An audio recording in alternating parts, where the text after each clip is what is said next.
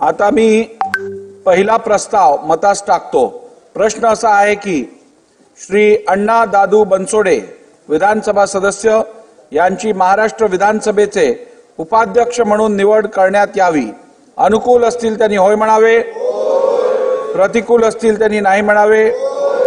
होयचे बहुमत आहे, होयचे बहुमत आहे।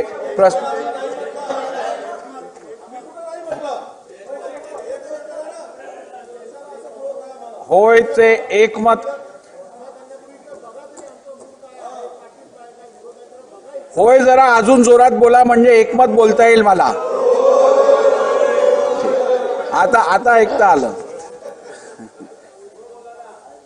माननीय अध्यक्ष, होयचे एकमत आहे। प्रस्ताव संमत झाला।